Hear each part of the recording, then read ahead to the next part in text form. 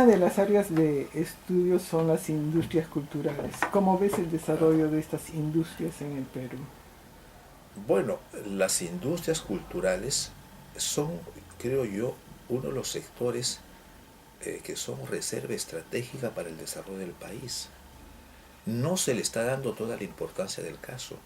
Ahora que se ha hablado de una crisis, fíjese que en chino no hay la palabra crisis, no existe.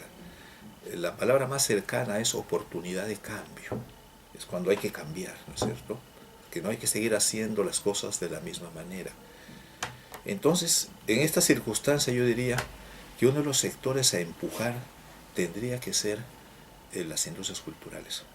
Incluso comenzar por hacer una evaluación consistente de cuál es el peso de la cultura en el PIB. Si uno suma, por ejemplo, fíjense, si uno suma esto que ya es evidente y visible, por ejemplo, la gastronomía. ¿Qué es la gastronomía? Es una industria cultural, es una industria de los saberes, es tangible e intangible. Es tangible cuando nos estamos comiendo, pero es intangible en las recetas, en las formulaciones, en las innovaciones que se hacen. Sumemos esta industria cultural que se llama gastronomía, el sector de la comida, de las comidas, ¿no es cierto? Miremos, por ejemplo, el sector del turismo. ¿Qué tipo de turismo hace las personas que vienen aquí? No hacen turismo de discotecas, ¿no es cierto? Hacen turismo cultural, hacen turismo natural, hacen turismo de aventura, turismo de salud. Y entonces este sector es clave, ¿no es cierto? Y contribuye. Perú tiene ya más de 2 millones de visitantes anuales. O sea, es parte de la industria sin chimeneas, tiene valor agregado, tiene un efecto redistributivo y puede tener más. Tercero, el tema de las artesanías. Las artesanías tradicionales y las creativas. ¿Cuántos artesanos hay en el Perú? Por lo menos debe haber unos 2,5 millones de artesanos. Aunque no estén trabajando a tiempo completo como artesanos, pero esa gente redondea el mes con actividades artesanales.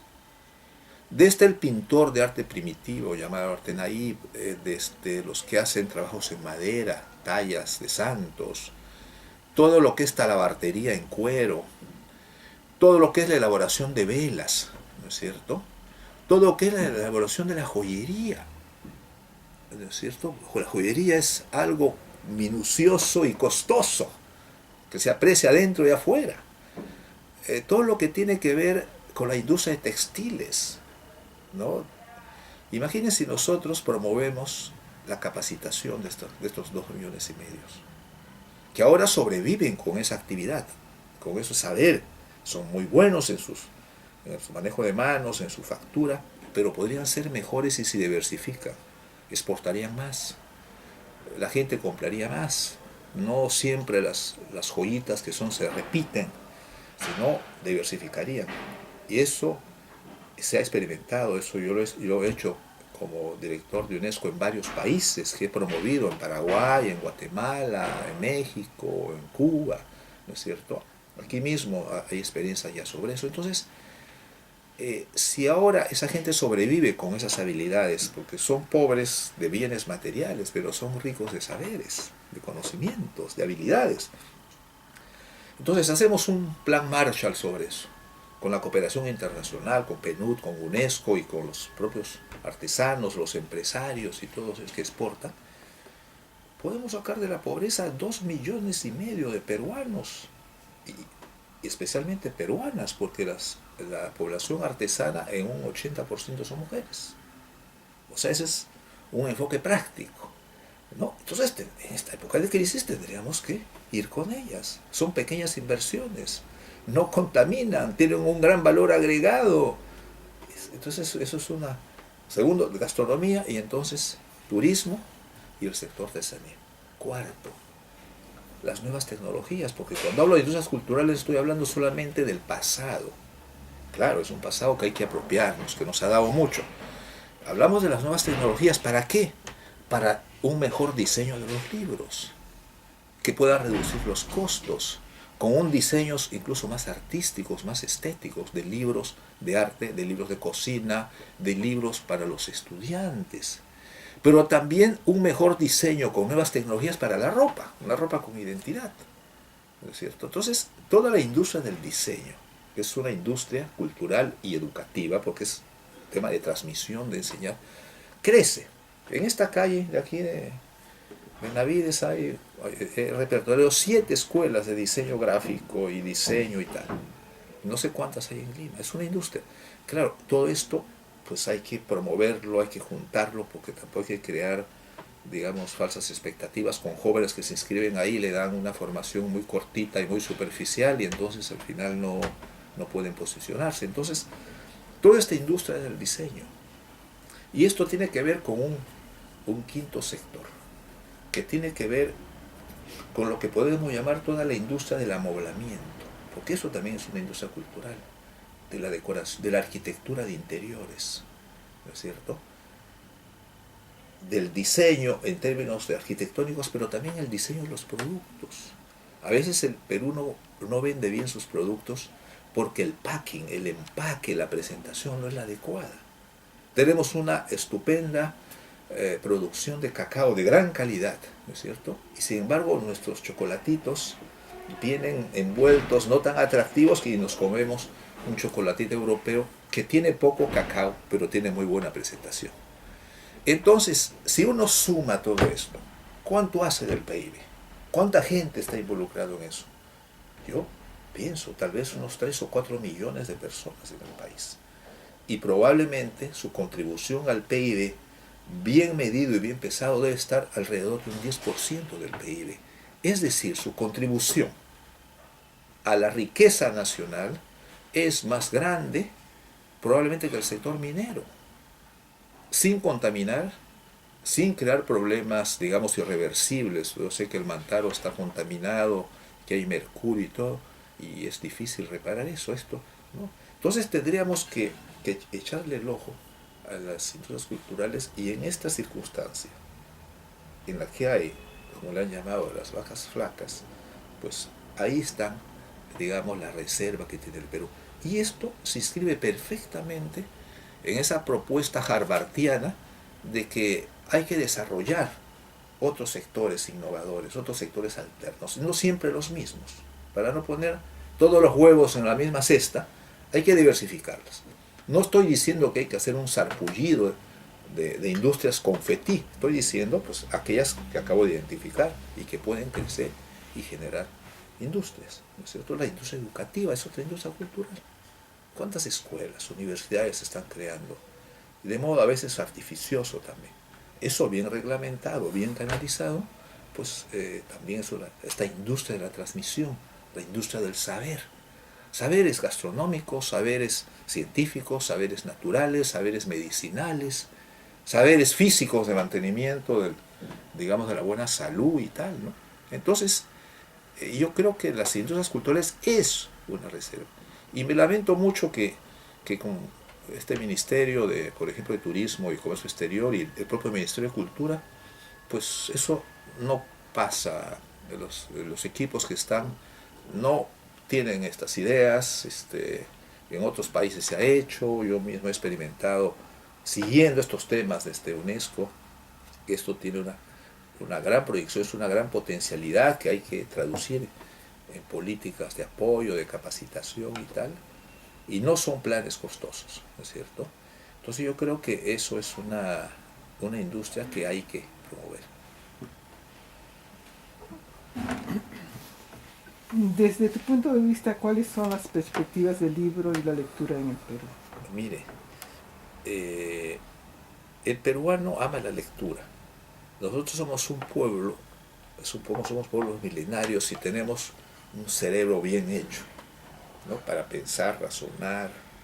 Tenemos también esos componentes creativos, míticos, alegóricos, ¿no? O sea que es una mentalidad en la que la industria cultural la industria cultural del libro se puede sustentar. Pero vemos que la industria del libro aquí es esencialmente importadora de libros, ¿no es cierto? Entonces todo el debate está entre si te liberan el papel o la tinta o te pagas menos gravámenes. No es propiamente para promover la industria nacional, ¿no es cierto? Entonces ahí hay una simetría. Eso el Estado tenía que tomar nota de eso, cómo ayudar a la producción masiva de libros locales, ¿no es cierto? Y no, digamos, solamente el tema de las importaciones. Nuestro país tiene una gran capacidad intelectual. Hay una producción, una proliferación de manuscritos, de poetas, de novelistas, de ensayistas, de pensadores, de manuales educativos, que podría muy bien posicionar una industria fuerte.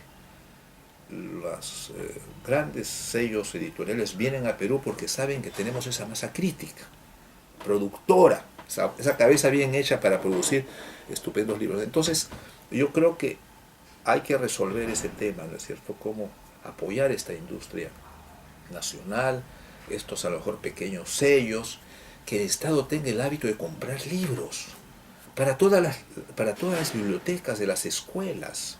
Eso sería una palanca de alquileres para mover la industria editorial en cierto sentido. Ahora hay unas cuantas licitaciones, pero eso, la compra tendría que ser masiva, ¿no es cierto? Y eso ayudaría a que todos los sellos editoriales de la gran diversidad de géneros, de materias, de disciplinas, pudieran desarrollarse y ser fuente de empleos y tal. Yo creo que esta parte de la promoción del libro de lectura es todavía un tema pendiente en el país. La gente anda encandilada con la industria de la imagen. Estamos en la era de la imagen, las nuevas tecnologías, pues el cine, los documentales y tal. Y ya se sabe también que la industria de la imagen te da, te aprende, digamos, a entender un fenómeno, pero no te ayuda mucho a pensar. O sea, las imágenes, como muestran todo, no tienen esa parte de alentar la cultura del pensamiento abstracto, ¿no es cierto? Entonces, es importante que la gente lea. O sea, en los objetivos del Estado y de un país sano y que quiere tener un desarrollo de largo aliento, ¿no? Un desarrollo sostenible, como se dice, pues yo creo que ahí tenemos que promover que los niños lean, que no se pasen 2 o 3 horas mirando el fútbol sentados ahí, no jugando fútbol, sino mirando, ¿no es cierto? Apegados a los juegos electrónicos que idiotizan, ¿no? Sartori ha creado un término para eso, le llama el videotismo, que es una de las formas del idiotismo y de la alienación. En este momento hay gente que ve fútbol cualquier día de la semana en las tardes, en momentos útiles, que podría hacer otra cosa, miran fútbol o juegan con estos juegos electrónicos. Y claro, hay generaciones acríticas, pasivas, sedentarias. Entonces, ante eso, el libro, la lectura, digamos, esa lectura quitasueño, no esas actividades dormideras, sino la actividad quitasueño, el de la lectura, el ejercicio propio de la escritura. Yo creo que esa es todavía una tarea pendiente en nuestro país. ¿Cómo han impactado las nuevas tecnologías en la cultura y en Perú en particular? Mira, pues yo creo que impactan en dos sentidos. Acabo de mostrar la parte negativa, ¿no es cierto? El videotismo y tal, pero de otro lado, bien utilizado, es un poderoso instrumento de educación. Las nuevas tecnologías permiten elaborar efectos especiales. Y con esos efectos especiales se puede hacer una propaganda o para las películas de terror o las películas de ciencia ficción, pero también para los materiales didácticos. Uno puede aprender cómo funciona el organismo perfectamente con las nuevas tecnologías. Te enseñan esos efectos especiales, estos laboratorios que hay para manejos de nuevas tecnologías de comunicación.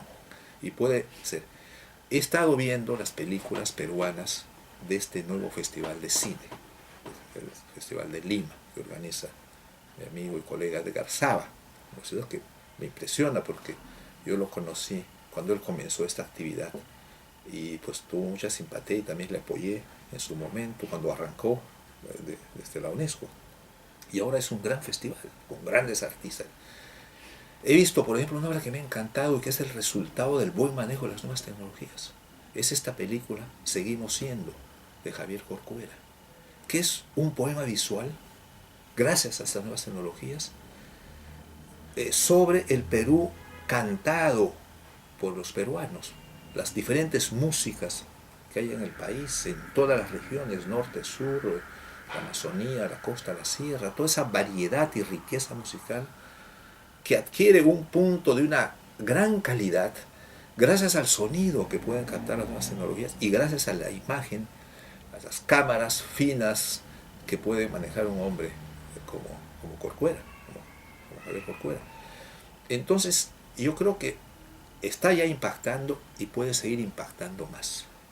Se pueden hacer películas banales, porque también eso es parte del mercado, pero también, digamos, estas grandes expresiones del arte que se logra comunicar gracias a las nuevas tecnologías, ¿no es cierto? Entonces, yo le veo pues un destino promisorio.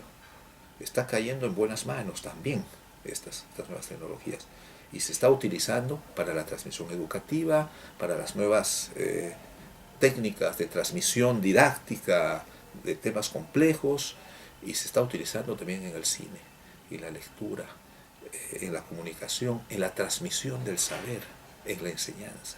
Entonces yo veo de que eso puede ser muy útil, y también, como explicaba un poco al principio, para las industrias culturales pues es muy útil. Uno puede trabajar con nuevas tecnologías y sacar libros, digamos, con otro tipo de acabado. Todos los facsimilares se pueden reproducir a bajo costo gracias a la fineza y a la exactitud de las nuevas tecnologías, y también, digamos, para todo el diseño, ¿no es cierto? Uno puede diseñar ropa innovadora con exactitud también, gracias al trabajo computacional, ¿no es cierto? Entonces, para el diseño de nuevo tipo de aretes, de nuevo tipo de alhajas, de nuevo tipo de ropa, diseños de productos industriales.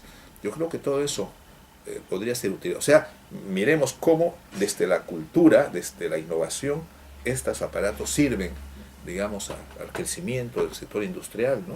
Del sector cultural también. Bueno, para terminar, ¿qué quieres decir cuando afirmas que América Latina es un continente cultural? Pues quiero decir algo, digamos, bueno, no somos una realidad tecnológica, ¿no es cierto? Tampoco somos una realidad política, porque si fuéramos una realidad política seríamos un continente integrado, ¿no es cierto? Circulando las personas, no solamente las cosas, sino las personas por todo el continente, y nos estarían pidiendo visa para pasar de un país a otro. Todavía tampoco somos un continente económicamente integrado, ¿no es cierto? Todavía estamos en negociaciones, lo del Mercosur, lo del sistema de integración centroamericano, lo del pacto andino, ahí van, digamos, tras el sueño de la integración latinoamericana, que de tantos sueños se acaba en un bostezo, ¿no? Entonces, pero sí somos una realidad cultural. Sí nos gusta escuchar la misma música, ahí no tenemos fronteras, hablar el mismo idioma, tener la misma sensibilidad cultural, religiosa, compartimos un cristianismo católico que es festivo, procesional, ¿no es cierto? Compartimos valores de vida, hay una cierta fraternidad de ser lo que hemos llamado latinoamericanos, ¿no? En donde estamos mezclados tradiciones milenarias, antiguas, con tradiciones venidos también de la madre África, que puso la abuela africana también estuvo presente, la abuela andaluza, nuestras abuelas indígenas, ¿no es cierto? Entonces, somos resultado de todo eso y hemos constituido, a pesar de los estados y de la institucionalidad, una realidad cultural, ¿no? Nos entendemos, nos queremos, nos abrazamos, tenemos la cultura del cuerpo, bailamos, y los estados no han sabido aprovechar eso. Es eso. Y el político que lo entienda, ese hombre va, o esa mujer, va a dar en el blanco. Entonces, es en ese sentido. Este tema ahora es más pertinente. Y es más pertinente porque con el proceso de globalización ya no hay un solo episteme.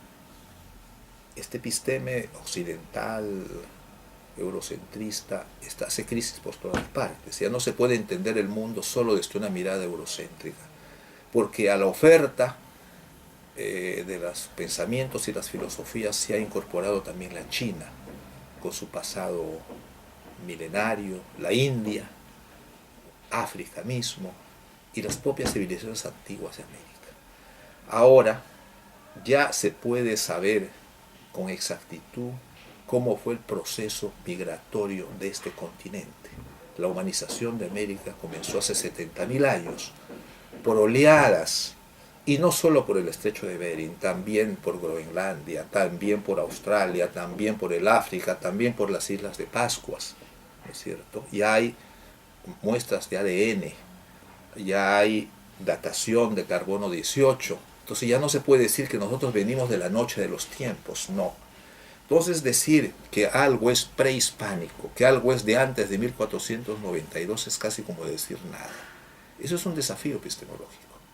Ese es un desafío al saber cómo nos vamos a apropiar de ese pasado. Es uno de los grandes temas hoy, pienso, de la filosofía en nuestro continente, y de cómo nos vamos a posicionar en el mundo, cómo vamos a asimilar ese pasado. Ya sabemos que tenemos 70.000 años, ya sabemos cuándo comienzan las primeras organizaciones, la organización social, comunitaria, cuándo se construyen las primeras ciudades, ¿es cierto? En qué momento se domestica la papa, que era un tubérculo venenoso, en qué momento se comienzan las irrigaciones o técnicas hacen subir el agua hasta la punta de los cerros. Todo ese saber astronómico, arquitectónico, hídrico, están aflorando ahora, y es, digamos, nuestro deber aprender más de eso para comprender un poquito más y mejor nuestro continente. Entonces, somos una realidad cultural. A eso me refería. Gracias.